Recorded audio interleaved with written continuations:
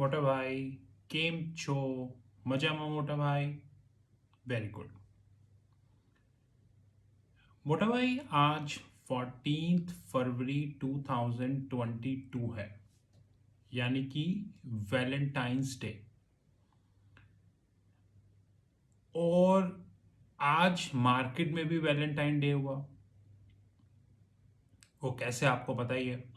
Nifty 500 point से ज़्यादा नीचे और सेंसेक्स नियर अबाउट 1800 पॉइंट नीचे। कितने हजार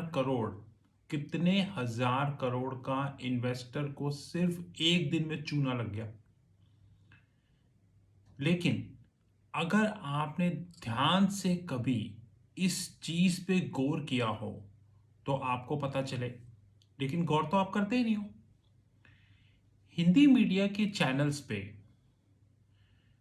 जितने भी पेड स्पीकर्स आते हैं, मैं एग्जाम्पल लेके बोल रहा हूँ, मतलब मैं ये नहीं कह रहा हूँ कि ये कॉल मैं दे रहा हूँ, जैसे कि भारती एयरटेल बाय कर लीजिए टारगेट 900।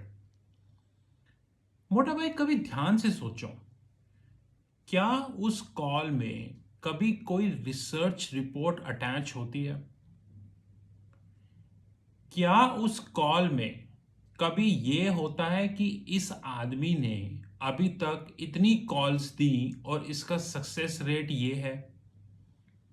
क्या उस कॉल में उस आदमी की जो उसने स्टॉप लॉस निकाला, क्या उस स्टॉप लॉस की कोई कैलकुलेशन दी होती है? नहीं दी होती। उसके बावजूद आप उन जैसी कॉल्स को इन्वेस्ट करते हैं कि एयरटेल बाय करना है तो आपने एयरटेल बाय कर लिया, या फिर टीसीएस बाय करना है तो आपने टीसीएस बाय कर लिया। ठीक है, अच्छी बात है। और मार्केट कुछ दिनों में रिवर्स हो जाती है, जैसे आज हुई। मैं 2020 से ये बात बोलता आ रहा हूं कि इंडियन मार्केट हाईली मैनिपुलेटेड है, और इसमें सबसे बड़ा मैनिपुलेशन प्ले करते हैं institutional investors. But institutional investor ये काम कभी अकेले नहीं कर सकते। उनको इन काम के लिए एक हेल्पर की जरूरत होती है, और वो हेल्पर होती है भारत की मीडिया।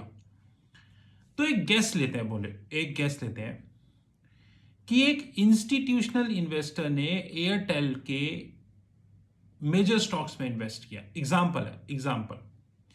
अब उसको हाइप चाहिए, वो क्या करेगा? वो हिंदी मीडिया के एक पेड स्पीकर को लेगा और वो कई चैनल्स पे जाके बोल देगा कि एयरटेल बाय, और आप जैसे लोग एयरटेल बाय कर लेंगे। एयरटेल ऊपर हो जाएगा और वो इंस्टीट्यूशनल इन्वेस्टर क्विट कर जाएगा। अचानक से आपको झटका लगेगा कि एयरटेल अभी 25 रुपए ऊपर हो गया था, अभी 25 रुपए नीचे कैसे हो गया? लेकिन आपको ये समझ नहीं आएगा कि इंस्टीट्यूशनल इन्वेस्टर जिसने उस दिन कॉल ली उसने क्विट कर दिया, तो स्टॉक नीचे आ गया। आपका एसएल हिट हो जाएगा और हिंदी मीडिया के स्पीकर को पैसे मिल जाएंगे झूठ बोलने के। आप सिर्फ एक बात सोचिए मोटा भाई, कि अगर आप किसी भी चैनल पे आके कोई कॉल दे रहे हैं तो आपको उसकी रिसर्च रिपोर्ट तो अटैच करनी चाहिए उस चैनल पे। एक समझने वाली बात है मोटा भाई कि आपने, अब आज जैसे मैं देख रहा था, नाइकिया, जोमेटो, पॉलिसी बाजार, आपका पेटीएम, इन सभी की कॉल्स आ रही थी, और ये सारी लॉस मेकिंग कंपनीज हैं। अब समझने वाली बात यह है कि ये लॉस मेकिंग कंपनीज को हिंदी मीडिया के स्पीकर क्यों पुश कर रहे हैं? आपने कभी सोचा है?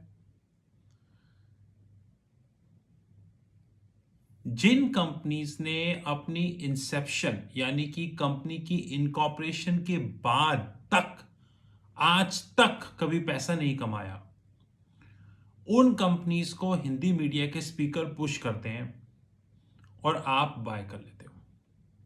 लेकिन GAIL India, coal India, power trading corporation, power finance corporation और ऐसी जैसी कई अच्छी कंपनीज जो कि प्रॉफिटेबल हैं,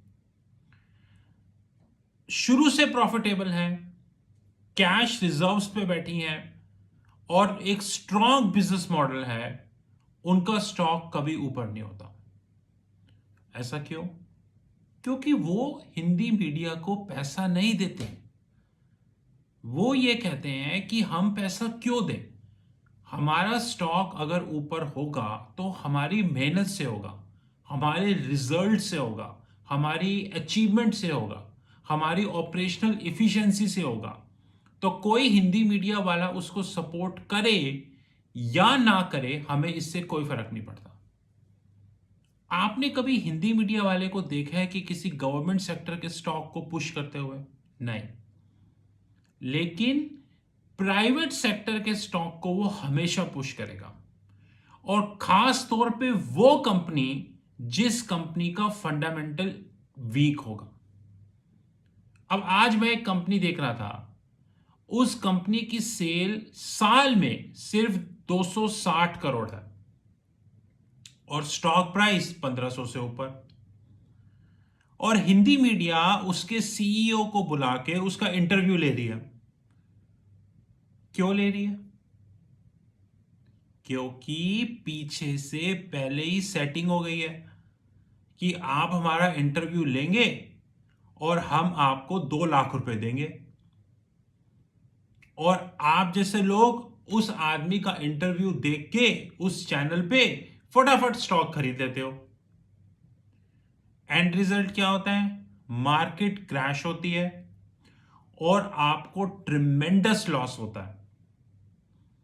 मोटा भाई, इन्वेस्ट करने से पहले कंपनी की बैकग्राउंड देखिए, कंपनी की फाइनेंशियल देखिए, ना कि हिंदी मीडिया को देखिए। जब तक हिंदी मीडिया के पीछे पड़े रहोगे तब तक नुकसान में रहोगे। जब नॉलेज के पीछे पड़ोगे तब प्रॉफिट में रहोगे। बाकी आपकी मर्जी, जैसा आप ठीक समझे। This is Rahul Magan from Treasury Consulting Group. You know my personal number, +91 9899242978, +91 9899242978.